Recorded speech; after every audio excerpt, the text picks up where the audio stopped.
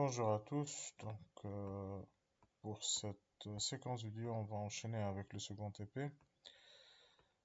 Ça c'est son énoncé. Donc on se propose au fait de créer une application avec une seule activité et qui va contenir également une seule interface et qui va jouer le rôle d'une petite calculatrice. Donc ça c'est la première opérande, ici la deuxième opérande et par la suite l'opération que vous allez choisir. Et une fois que on tape sur le bouton égal, normalement on devrait avoir le résultat affiché dans cette zone-là. D'accord? Si on veut remettre à zéro les différents opérants, donc il suffit juste de cliquer sur R à Z. En ce qui concerne le bouton quitter, il va fermer l'application. Donc, première étape consiste au fait à créer un projet Android qui va avoir donc cette forme-là, donc calque et nom. Donc on crée le projet. Comme on l'a fait auparavant, c'est la même configuration. Change, calque.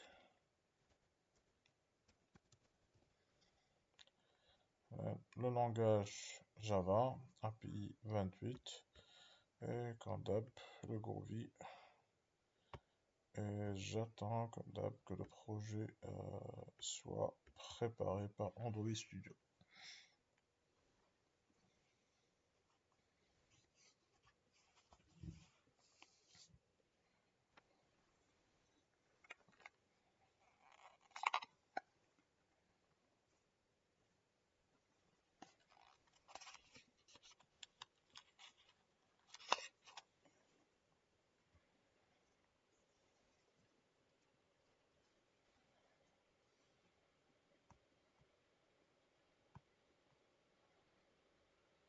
Bon, en ce qui concerne le layout, on va maintenir le relative layout vu que le linéaire layout il n'est pas vraiment très souple. En ce qui concerne le copyright, on va l'ajouter après quand on va toucher la partie au fait configuration, d'accord? Dans l'interface XML, bien entendu.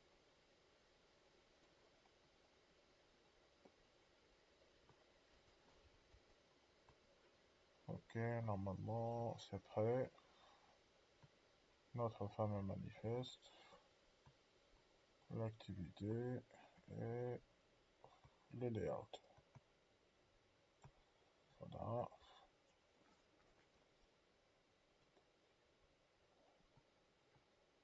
Ok, on va essayer de créer l'interface demandée.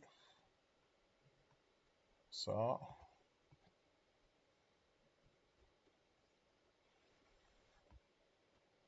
Donc, on va mettre les différents champs relatifs aux opérants pour commencer.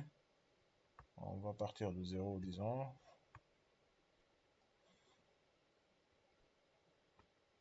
Ok, donc on choisit plain text pour les textes éditables par l'utilisateur.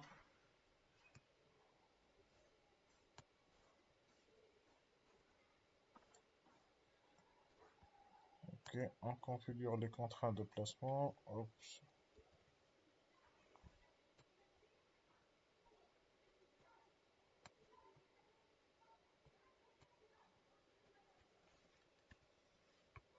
Parce qu'il lui arrive, il a planté.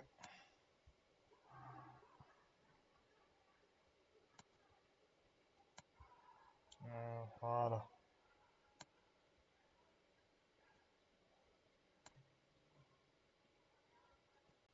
Et la contrainte. Oh. Ça, c'est la première opérante. On va faire la même chose pour la deuxième opérante.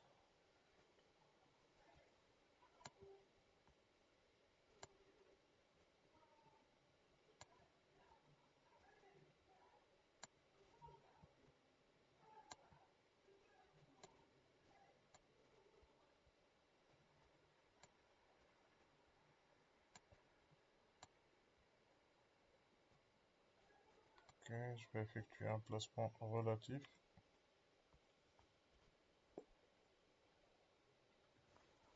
Voilà. Et nous avons ces quatre boutons-là.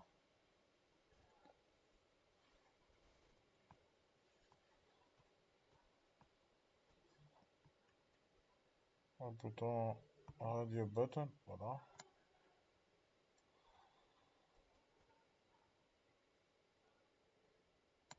Code up, placement.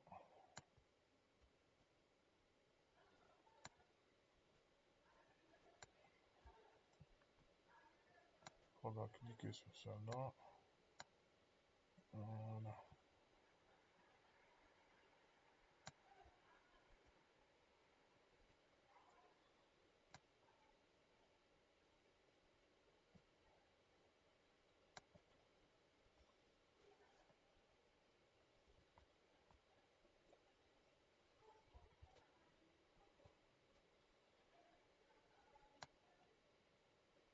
Code up.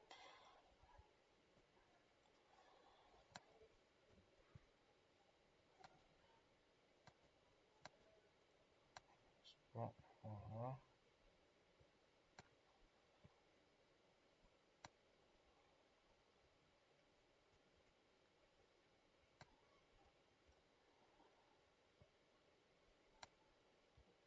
Ok, et là on la place de manière adjacente à l'autre bouton.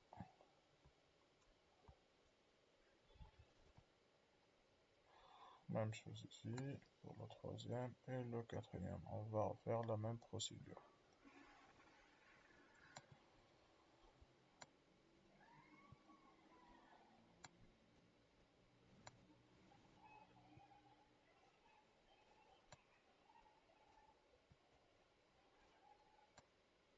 Voilà.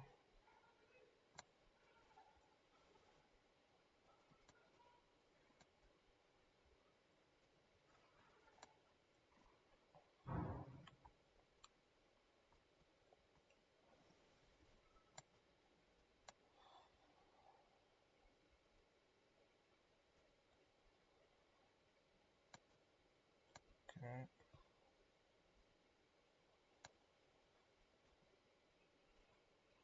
Même chose ici. Et normalement, notre interface elle est prête. Certes, on vous demande dans l'énoncé d'écrire du code XML, etc. Mais il y a tellement de trucs qui ne peuvent pas être réalisés en XML. Par exemple, ces placements-là, qu'il est préférable de passer par l'IDE et par la suite de vérifier l'XML, non pas l'inverse. D'accord? Ok, nous avons nos quatre boutons. Quoi d'autre? Le résultat. Maman, le résultat c'est un texte, donc on devrait utiliser soit un plain text ou un text view. La différence entre les deux, c'est que le text view n'est pas éditable par l'utilisateur, alors que le plain text, il l'est. D'accord? Et vu que c'est grisé dans l'interface, je suppose que c'est quelque chose qui n'est pas éditable.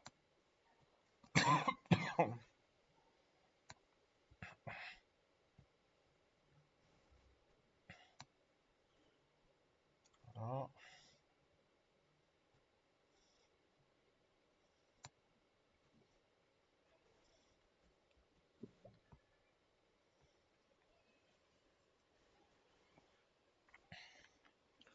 Maintenant, on n'a plus qu'à ajouter les boutons. Voilà.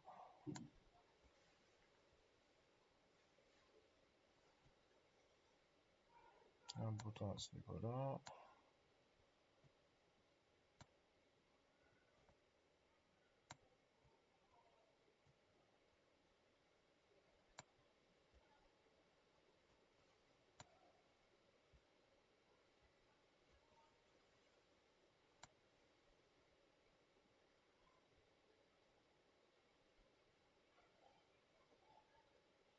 On va le placer ici.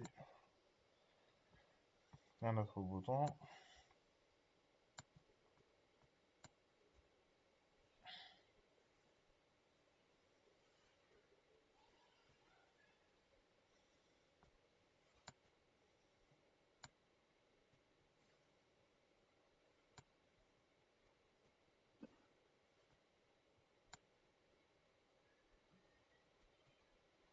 Voilà.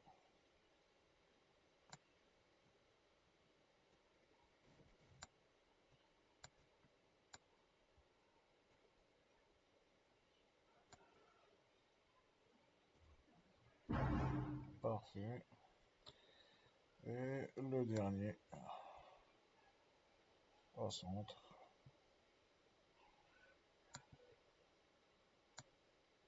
Disons, placé par rapport à TextView. Voilà. Et c'est bon. On n'a plus qu'à le repositionner et c'est OK. Voilà. Un autre TextView pour le copyright. À ce niveau-là.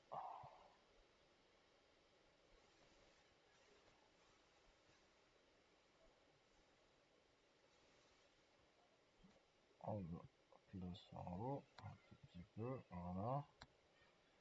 Et centrage.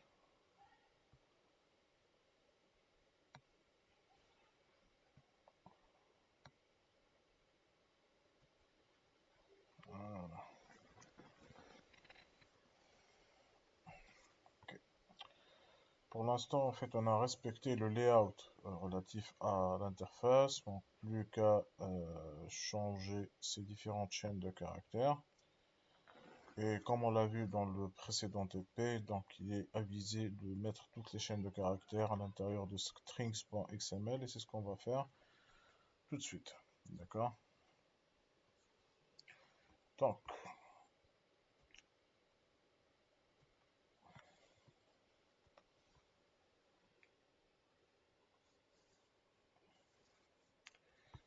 on va ajouter des variables. Disons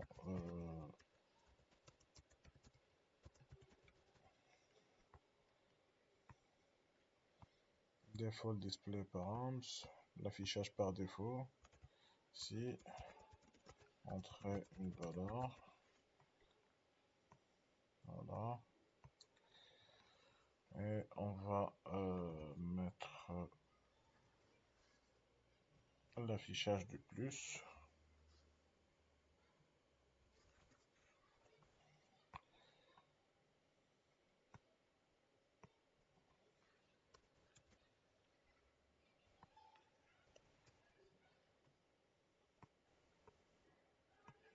Ajouter un autre pour le moins.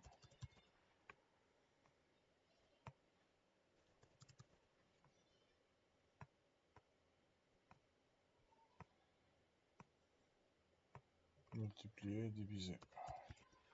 Multiplier. Diviser. On va utiliser ça. Comme clé. Ok. Qu'est-ce que nous avons d'autre?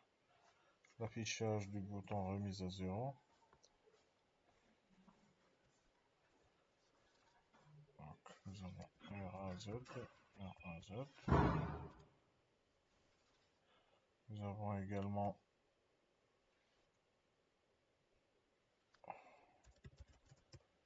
le bouton de calcul, égal. Et nous avons également le bouton de sortie.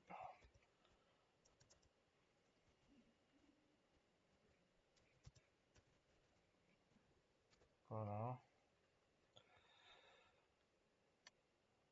avons la valeur par défaut du résultat.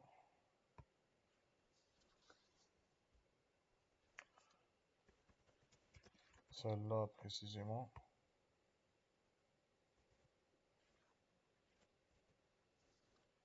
Default 13, disons.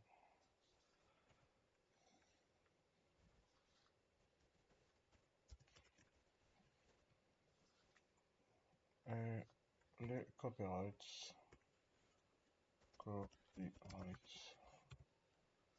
Et là, on va mettre copyright.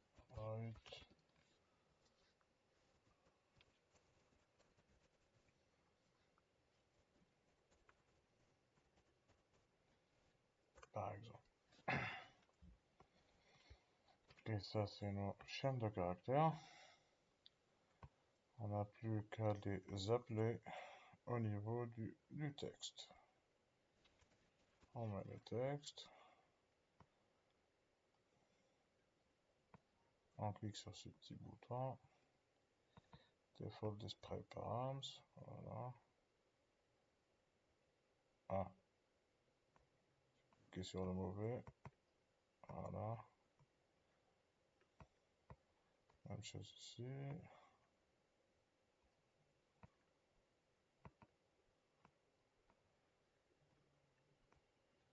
Ici, on va mettre le plus.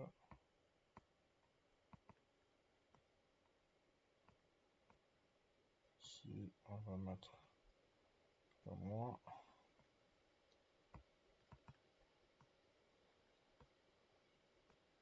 Et là, on va mettre le mult.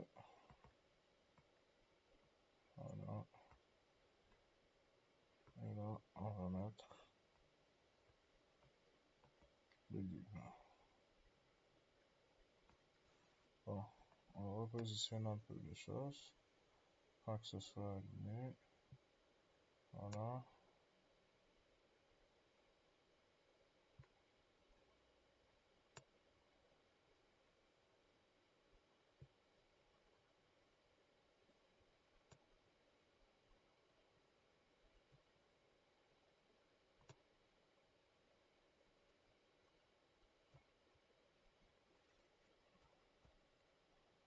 Voilà, on est bien.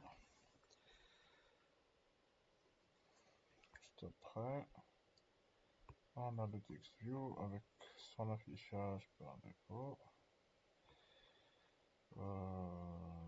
Default result. Voilà. Le bouton de remise à 0. Result. Le bouton de calcul.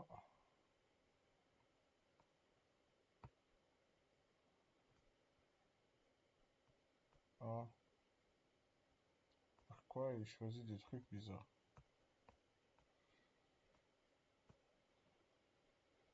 Voilà. Et le bouton de sortie. Voilà.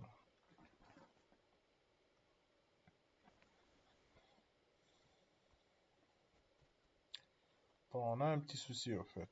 Vu que cet ensemble fait, de boutons radio ne sont pas groupés, donc on a la possibilité au fait de cocher plusieurs en même temps. Et si on veut éviter ça, si on veut contraindre l'utilisateur à choisir un parmi l'ensemble, il faudra les encapsuler à l'intérieur d'un groupement de boutons radio. Et ce groupement-là, donc il est ici. Donc on va le placer de cette façon-là, disons. Sa manip à travers les deux, elle est un peu compliquée, et c'est pour cette raison-là que, par souci de simplification, on va aller vers la partie XML. Parfois, l'XML nous facilite la vie. Voilà. Donc, ce qu'on va faire, c'est pour commencer, créer ça. On va mettre à l'intérieur tous les boutons que nous avons générés Attendez un instant, il n'est pas bien placé. Ok, ça c'est les boutons relatifs à...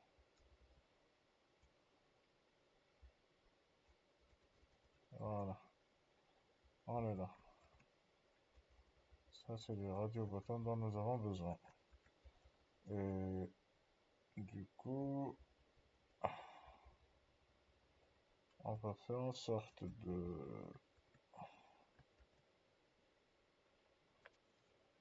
d'encapsuler tout ça à l'intérieur des radio group. C'est une constraint. Voilà.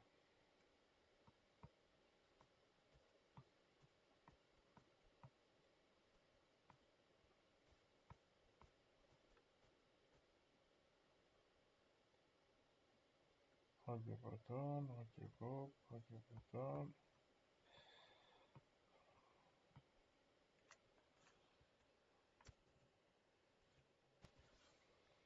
Ok, voilà, donc après quelques manipulations via l'IDE, etc. Le truc il s'est stabilisé. On avait beaucoup en fait de bugs,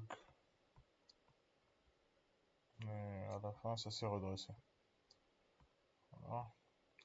Donc on a ajouté les contraintes de placement pour éviter l'erreur normalement qui est apparue. Et on a mis à l'intérieur normalement les boutons radio que nous avons spécifiés auparavant. D'accord. Et voilà.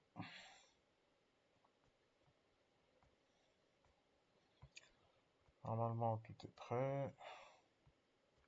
Non, on redresse un peu.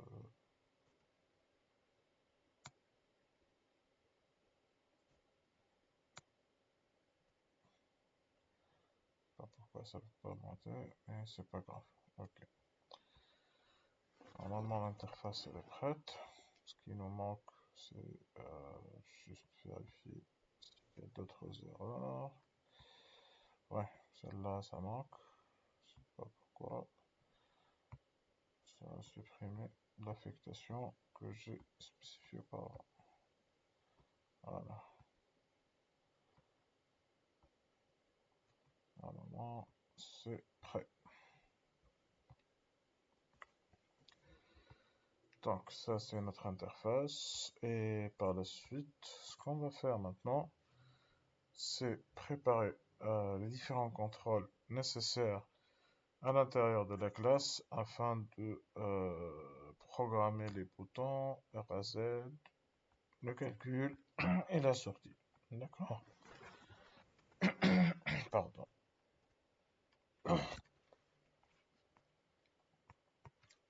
Donc,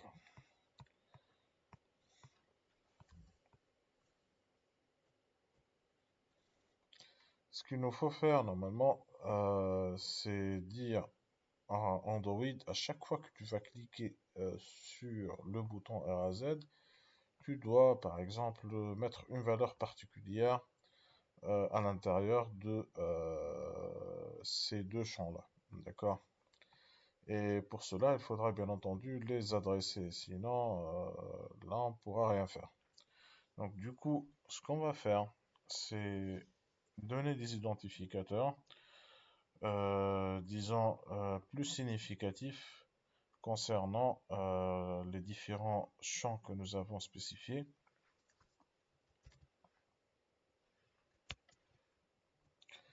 Et ça, c'est dans l'objectif au fait de faciliter leur adressage par la suite. D'accord?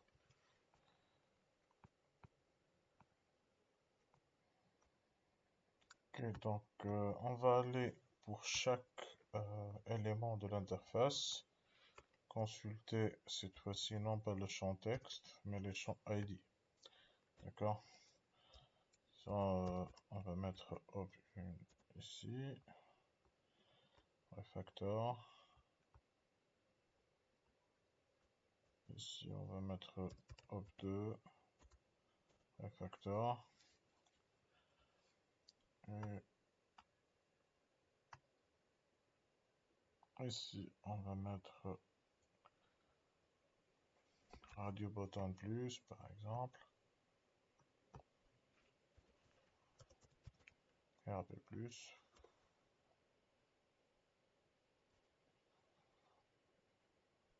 Next. RB moins.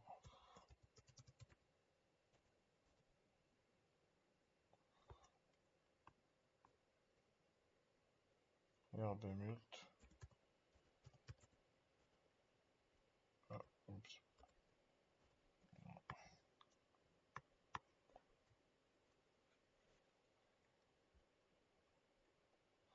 RB div.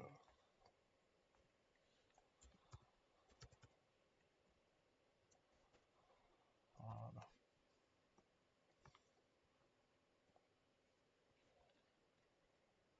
Ici, disons, on va mettre result.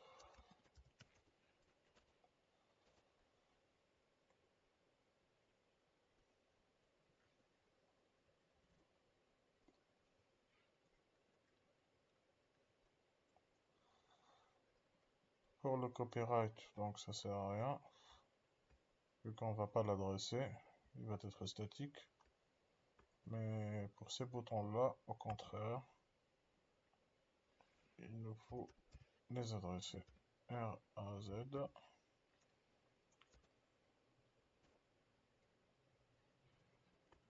Celui-là, c'est pour le calcul. Disons, on va l'appeler PTN calc.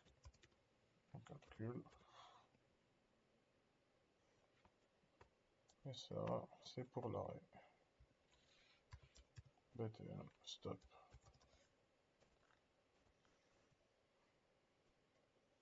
Ok. Là, on est bien parti. Donc, ça, c'est la première étape, la configuration de l'XML. Et par la suite, on nous demande de programmer ces boutons-là. Bouton RAZ, bouton égal, bouton quitter. Donc, comment on programme les boutons? De la sorte qu'on va déclencher une méthode bien particulière dans la classe une fois qu'on clique dessus. Donc là, il y a deux façons. Première façon qu'on va voir qui est la plus simple, il y a le on click. Il y a un attribut préapporté qu'on pourra utiliser. D'accord.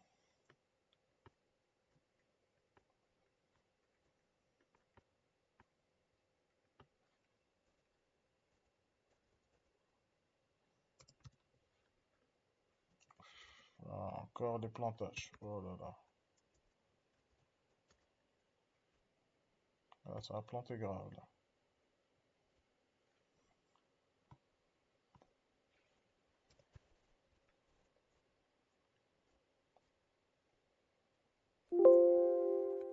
Voilà, ça a cramé carrément. Celui-là,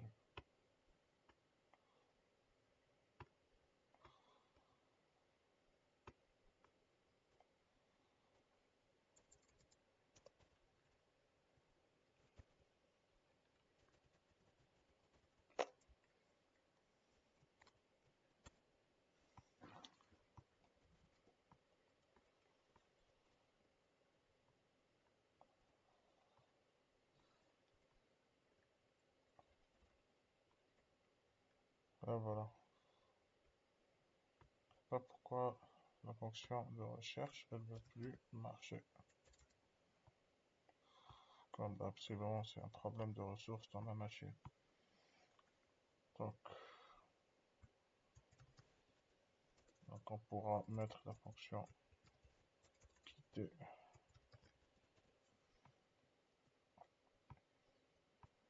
Pour l'instant, donc quand je clique sur la liste des relances, bien sûr, ça ne va rien afficher vu que je n'ai rien programmé. Mais je suppose que je vais développer une fonction nommée quitter normalement qui va arrêter l'exécution de l'application. On va le faire maintenant, vu que c'est facile. v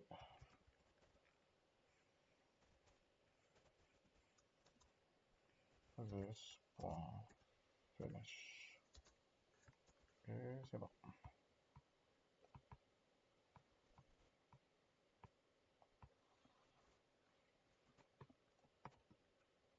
Encore les plantages.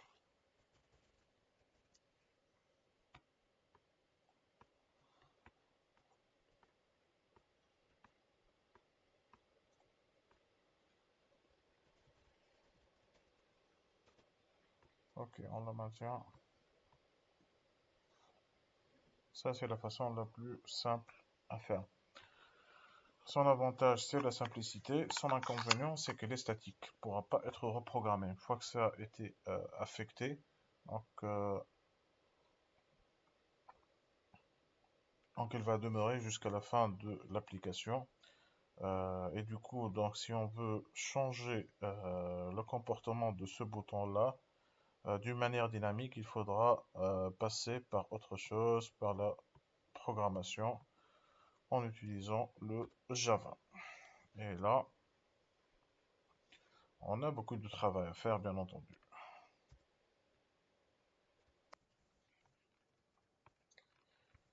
Donc, pour la programmation du reste des boutons, donc, là, on a beaucoup de références qu'il faudra récupérer à partir de l'XML. Donc, il faudra comprendre dans la programmation mobile, selon le pattern qui est utilisé par exemple ici, c'est qu'il y a en fait essentiellement deux grandes parties, une partie pour le layout et une partie pour le traitement. D'accord. Le layout, c'est tout ce qui est relatif aux interfaces. D'accord. Et pour le traitement, donc c'est les fichiers .java qui vont s'en occuper. Donc, les différentes opérations qui existent dans les fichiers .java, elles vont opérer sur des éléments relatifs au layout. Possiblement la valeur du premier champ, le champ hop1, la valeur du champ hop2, vérifier si le bouton, par exemple, RB+, il est activé ou bien non. Donc, pour pouvoir accéder à toutes ces informations-là, il faudra transformer cette vue XML vers une modélisation objet et récupérer cette modélisation objet via une référence. D'accord? Comment on va faire ça? Donc, le truc, il est simple. Il y a une fonction magique qui s'appelle findViewById, qui est déjà utilisée ici. D'accord? Et ce que tu dois faire, c'est tout simplement spécifier l'identificateur de l'élément XML que tu veux récupérer. Et bien entendu, elle va vous renvoyer la référence objet relatif à cet élément XML. Tu pourras l'exploiter en tant que objet au niveau du code Java. D'accord? Ok, vu qu'on a beaucoup d'éléments normalement qu'on va manipuler, donc il est avisé au fait de ne pas les récupérer à chaque fois qu'on va exécuter une fonction. Au contraire, il faudra récupérer les modélisations objets directement lors du démarrage de l'activité. Et la fonction ou la méthode qui va être invoquée lors du démarrage de l'activité, comme on l'a vu dans le cours, c'est onCreate, parmi lesquels donc il y a le onCreate. D'accord? Donc on va définir les différentes modélisations, les références relatives donc aux composants XML au niveau de main activity à l'extérieur des différentes méthodes. De cette façon-là, elles vont être permanentes et on pourra les utiliser à chaque fois dont nous en aurons besoin. Donc, ce qu'on va faire, c'est récupérer la modélisation de différents boutons RAZ, BTN Calc et également BTN Quit.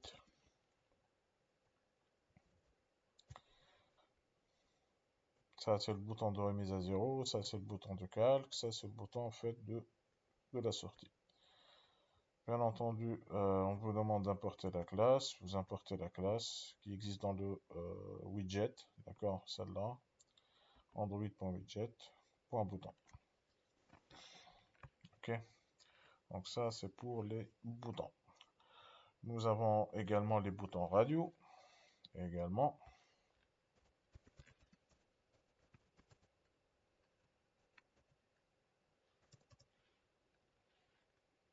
Radio button.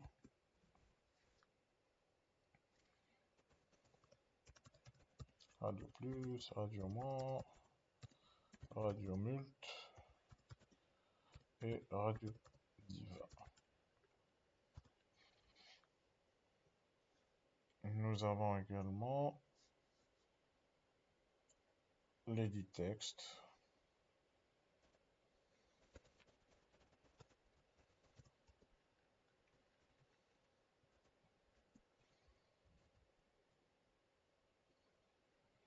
Disons EDT hop 1 et EDT hop 2.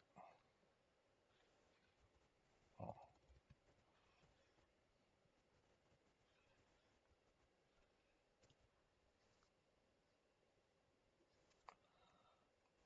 Nous avons besoin également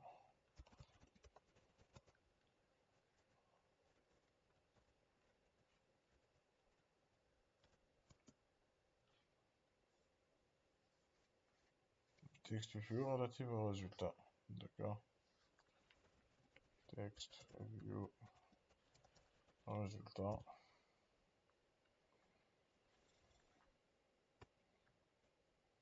Okay. Donc ça c'est la première étape. On aurait pu le déclarer à ce niveau-là, mais ça va pas être visible à chaque fois que je veux exécuter au fait les déclencheurs relatifs aux différents boutons. Il faudra encore une fois redéclarer les différents composants dont nous en aurons besoin, faire les find view by ID, etc., etc. Et ça va alourdir un peu l'exécution de votre activité. D'accord? Donc, ce qu'on va faire maintenant, c'est alimenter tous ces composants-là, le bouton, les radio-boutons, l'edit texte, etc., avec les trucs qui leur sont associés au niveau de l'XML. D'accord? Donc, on va mettre btnres égale à findViewById R pour des resources, point, identifié par les identificateurs, point, R à Z, btn R à Z. Voilà, ça c'est le premier. btn calc, même chose. Donc, findViewById R.id btn calc. btn quit. Même si normalement on n'en a pas besoin, mais c'est pas grave. findViewById, vu qu'on l'a programmé de manière statique. D'accord? Donc btn quit ou btn stop. Voilà. Donc on a terminé avec les boutons. Et maintenant les radio boutons. Radio plus égale à findViewById r.id rb plus. Voilà. Radio moins égale à findViewById r.id.rb moins. Radio mult égale à findViewById r.id.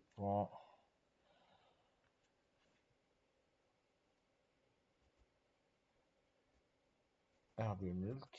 Voilà. Et radio div égale à findViewById r.id.rb div. On a terminé avec les boutons. On passe à l'edit texte. Donc, EDT hop 1 égale à findViewById r.id point,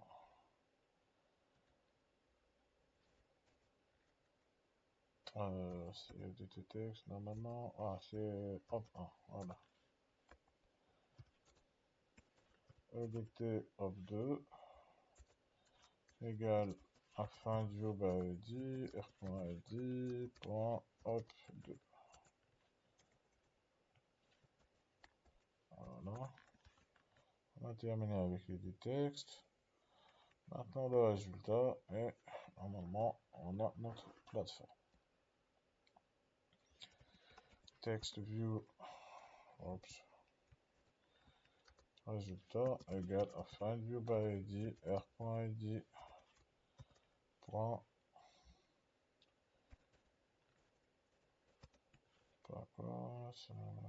résultat, result, voilà. Là on est bien, on a tout ce qu'il nous faut en termes de composants. 3, 4, 7, 9, 10. 1, 2, 3, 4, 5, 6, 7, 9, 10. Et c'est bon. Ok. Maintenant, ce qu'on va faire, c'est programmer cette fois-ci d'une manière dynamique les déclencheurs des boutons relatifs à la remise à zéro et également relatifs au calcul. Voilà. Donc pour cela, il faudra aller demander ça au bouton, tout simplement. ptn.raz, on va commencer par le, pardon, raz, point, voilà, le premier il est affiché, et c'est ce dont j'ai besoin. Donc je vais définir en click listener, un écouteur sur le clic, et je vais le créer, voilà. New view.onClickListener, en click, qu'est-ce que je vais faire? Donc du coup, à ce niveau-là, je devrais récupérer donc les différentes valeurs plutôt les objets relatifs à lob1 et à lob2, et par la suite mettre les valeurs 0, disons, entre pour chacune. D'accord? Donc, à la limite, on pourra mettre ça EDT, hop 1, point, ça c'est les méthodes qui existent à l'intérieur. Donc, point setText, on va spécifier donc du texte à ce niveau-là.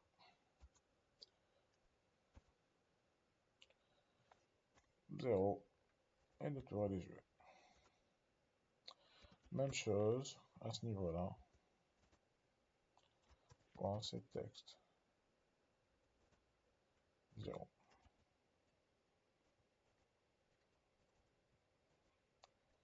Là, j'ai programmé d'une manière dynamique le bouton RZ de la sorte qu'il va exécuter cette fonction sur le clic, ou cette méthode sur le clic.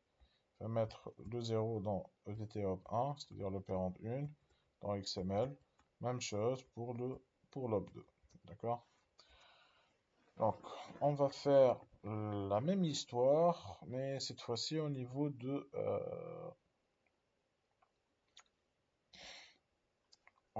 bouton de calcul. D'accord?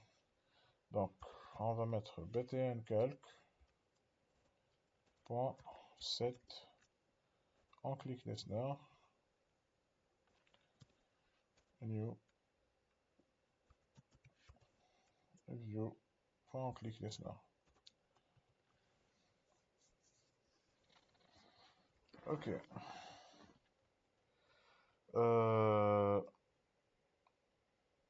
À ce niveau-là, quand je veux quand je vais exécuter donc ce déclencheur-là, là je vais exécuter une série d'opérations qui peut s'avérer assez lourde. La question qui se pose, est-ce que ce serait avisé au fait d'externaliser cette grosse portion de code qui peut être un peu grande à l'extérieur, bien entendu, au fait de onCreate. Bien sûr, ça n'apporte que du bien et ça va faciliter la maintenance de votre programme par la suite. D'accord? Même si on se décide à un moment bien donné de changer la programmation du bouton BTN Calc de la sorte que ça devienne un déclenchement statique à la place du dynamique, cette fonction elle pourra être appelée directement au niveau de activité main.xml. D'accord? Donc il n'y a que du bien derrière tout ça. Et c'est pour cette raison-là qu'on va faire en sorte au fait d'externaliser tout ce code-là, d'accord, dans une fonction qu'on va nommer par exemple calculer. Voilà. Or, cette fonction, bien sûr, ça va afficher une erreur vu qu'elle ne connaît pas au fait calculer, d'accord? Et on va la programmer maintenant. Private. Bon, pour celle-là, ce sera mieux que ça soit private. Ou à la limite, pardon, protected, voilà. Private. INT, disons. Calculer. Voilà. Bien sûr, on va commencer à gagner vu qu'on n'a rien retourné. En disant 0. Et là, on va plus entendre parler. Ok.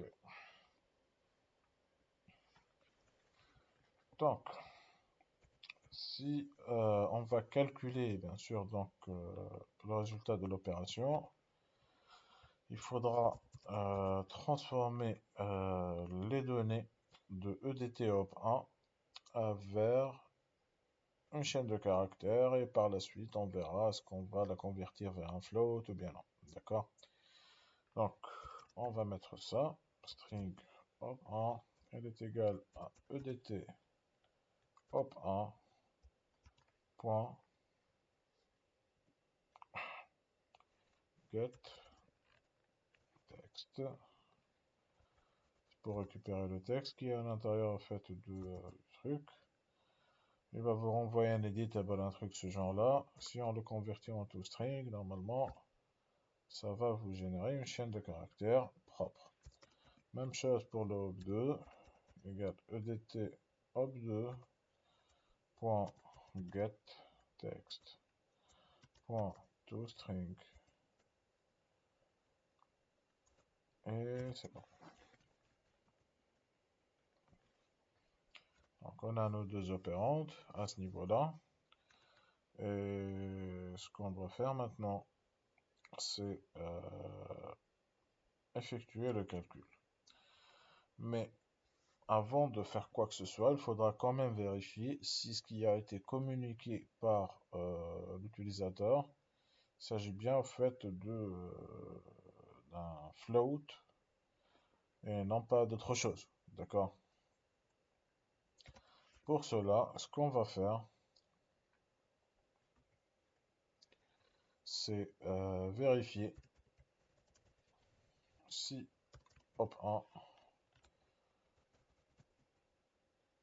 est un float ou bien non. Bien sûr, donc isFloat n'est pas déclaré et va commencer à dire quoi, n'importe quoi. Bon.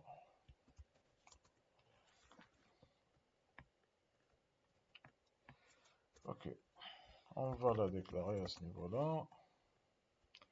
Private boolean isFloat string s. Ok. Donc, il y a plusieurs façons de vérifier si une chaîne de caractères contient un float ou bien non. La plus simple consiste à appeler la classe correspondante et précisément la fonction parse machin. Par exemple, pour le double, c'est double parse double. Pour le float, c'est float.parseFloat. et on communique la chaîne de caractères. Si tout va bien, s'il n'y a pas d'erreur, donc là on va retourner true. Sinon, s'il y a une exception, donc dans ce cas-là, on pourra faire en sorte au fait de retourner false. D'accord?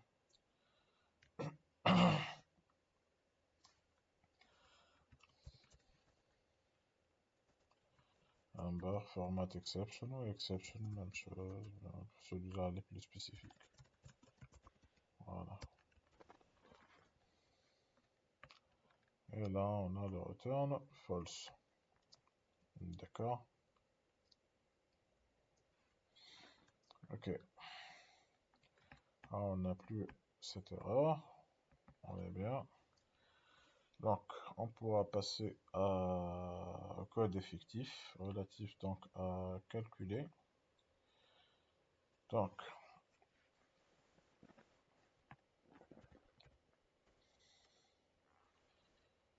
si les opérandes vont bien, il faudra quand même vérifier quel est le bouton qui est activé. D'accord?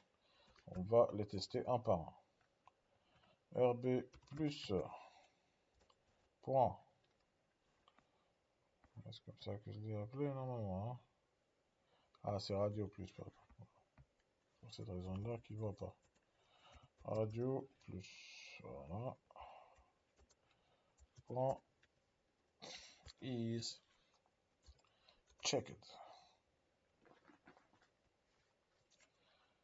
S'il est coché, dans ce cas-là,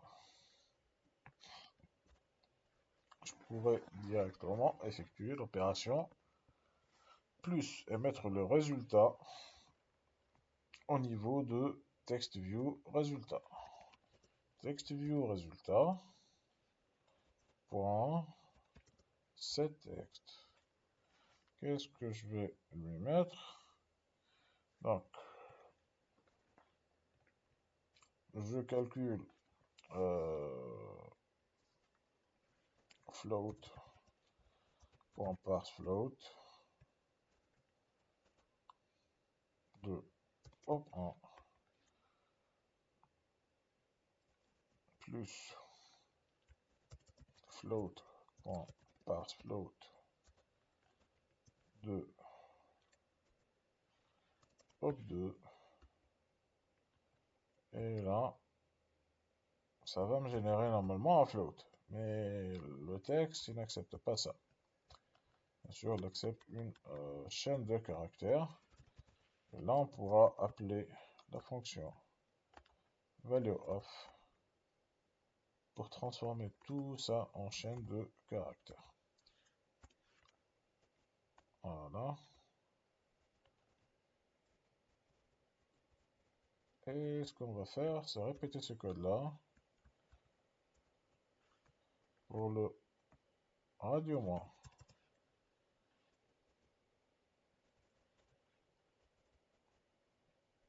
Changeons juste le signe, bien entendu.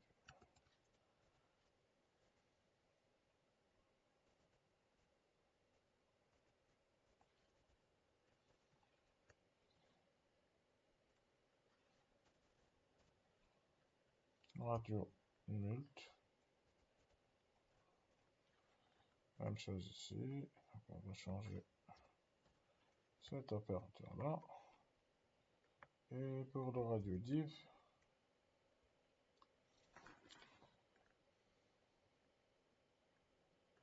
mais il faut faire attention.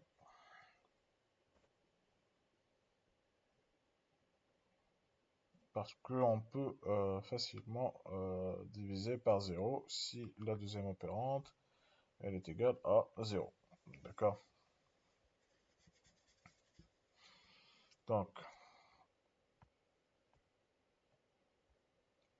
il faudra vérifier, bien entendu, si la valeur de cette opérande-là, elle est égale à 0.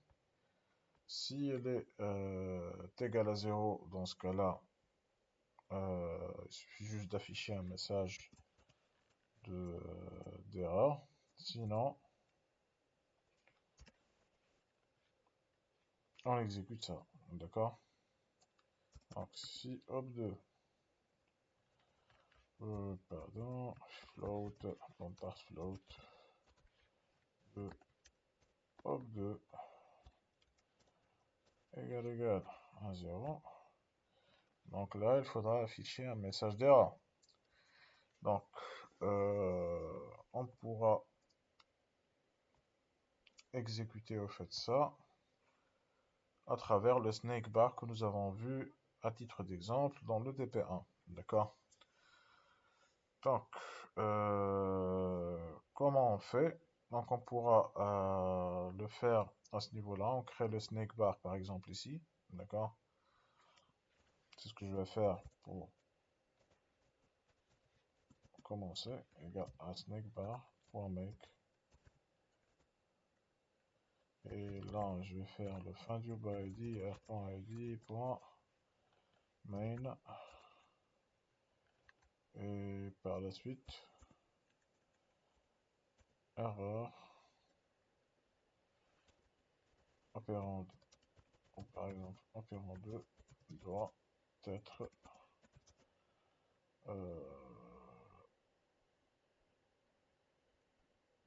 non nul. Et snakebar pour lancelang. Voilà. Et au cas où la connerie s'est produite, donc là je vais exécuter le snakebar.show. Sinon, c'est ok, je vais afficher le résultat. Text result, text view résultat, etc. etc. D'accord? Donc, ça c'est un petit exemple. On pourra optimiser également ce code de la façon suivante. Comme d'hab, donc je peux exporter ça au niveau de onCreate. Et bien sûr, il faudra pour cela déclarer le snakebar en tant que variable visible par tout le monde, à ce niveau-là, pour qu'on puisse l'appeler. Voilà.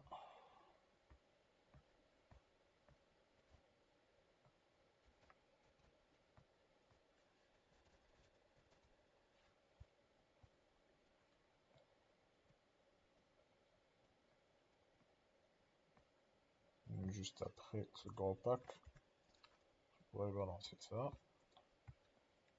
Snakebar.make. Voilà. C'est ok. Bon, il me manque le else. J'ai presque failli l'oublier. Si ce n'est pas un float à ce niveau-là, donc on pourra afficher un message d'erreur. Et comme d'hab, le snakebar, il pourra nous aider à cet effet. Pourra définir la chaîne qui va être affichée à travers le setText.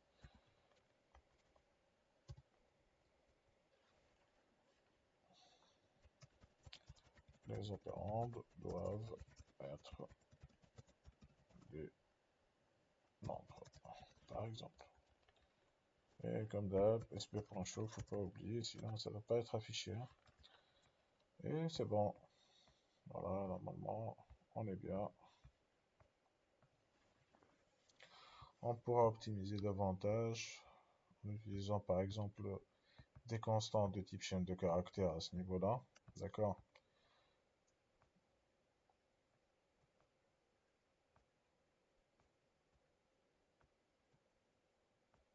Bon,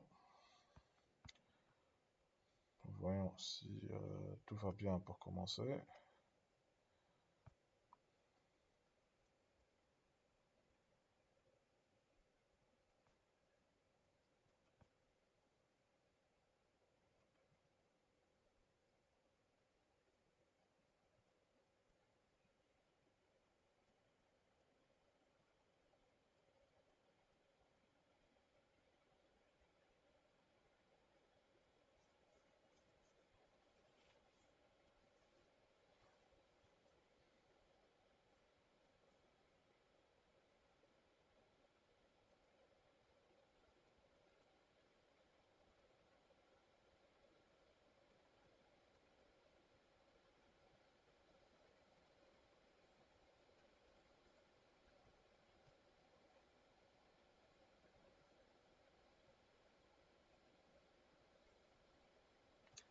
Voyons ce que ça va donner quand je vais effectuer le calcul. Les opérants doivent être des nombres pour commencer. Ok, donc celle-là, elle a marché. Pour mettre,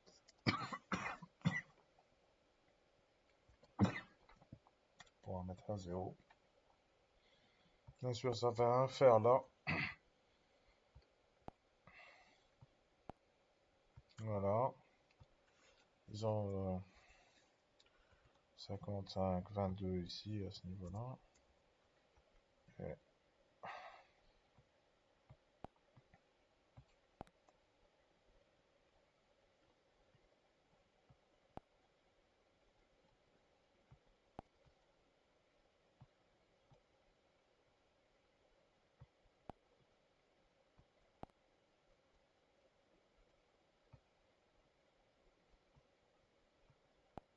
mhm.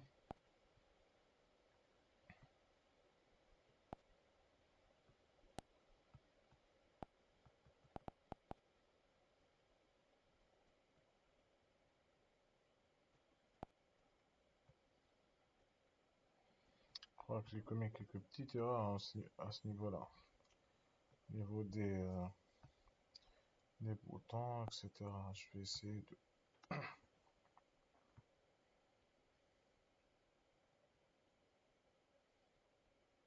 de voir.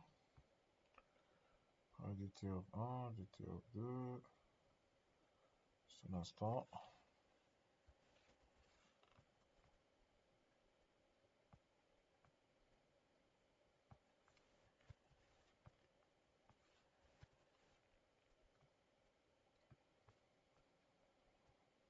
J'ai commis une petite erreur quand j'ai fait le copier-coller. J'ai zappé en fait le changement de radio div. Alors c'était apparemment comme ça, c'était Radio Plus, c'est pour cette raison-là que au lieu d'afficher 77 pour 55 plus 22, il affichait 2,5. D'accord? Parce qu'il exécutait le Radio Plus à deux reprises. D'accord? Voilà.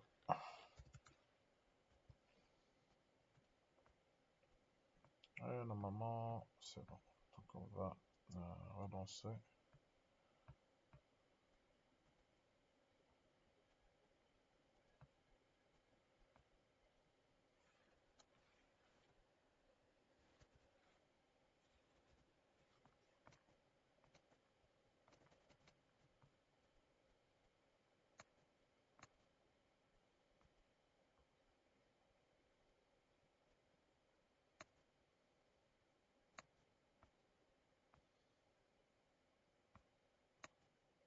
Je vais arrêter. Et je vais relancer le périphérique.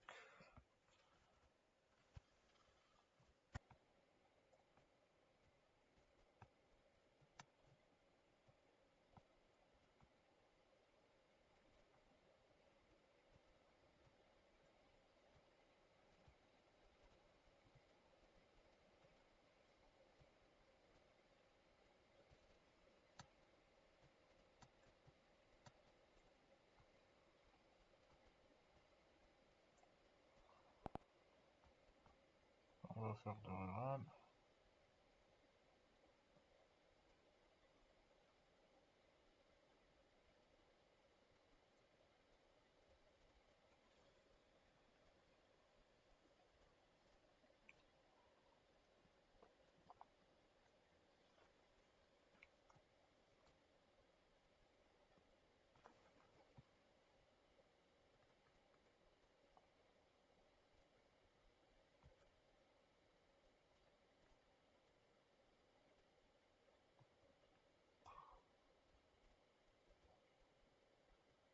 Oh, c'est pas normal.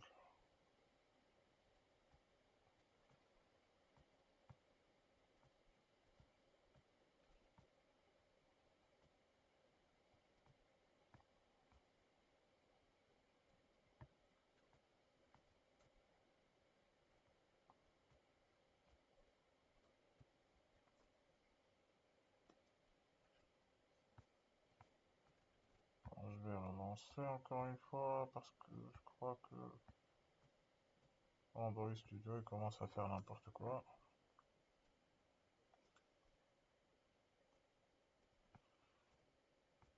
Alors jouer petit Merlin.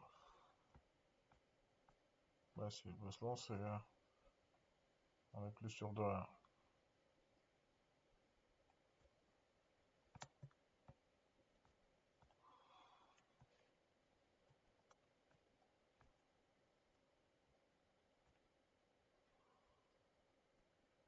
Ok.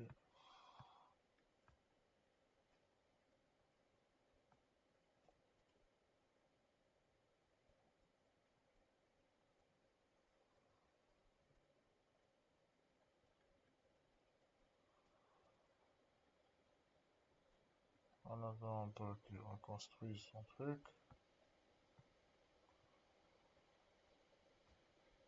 On relance.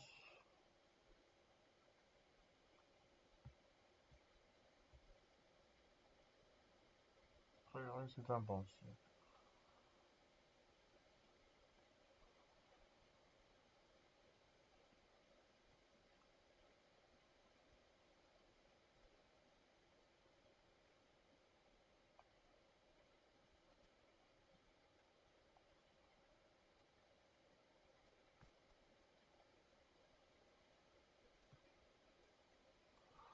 Oh là là. La panthère encore.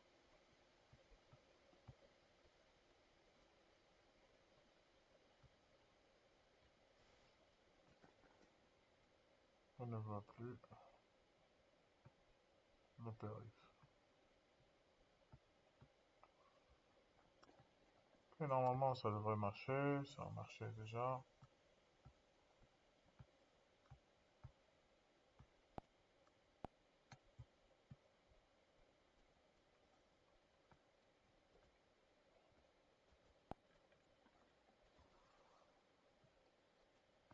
Remise à 0.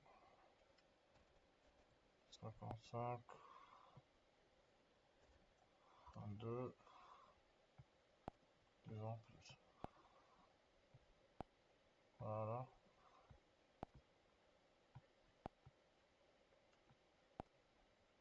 Parfois ce genre de truc bizarre ça arrive, surtout quand il s'agit au fait d'un PC qui n'a pas assez de RAM, qui n'a pas un processeur qui est très performant.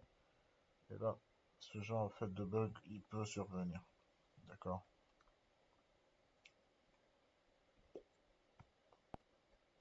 Voilà. Ok.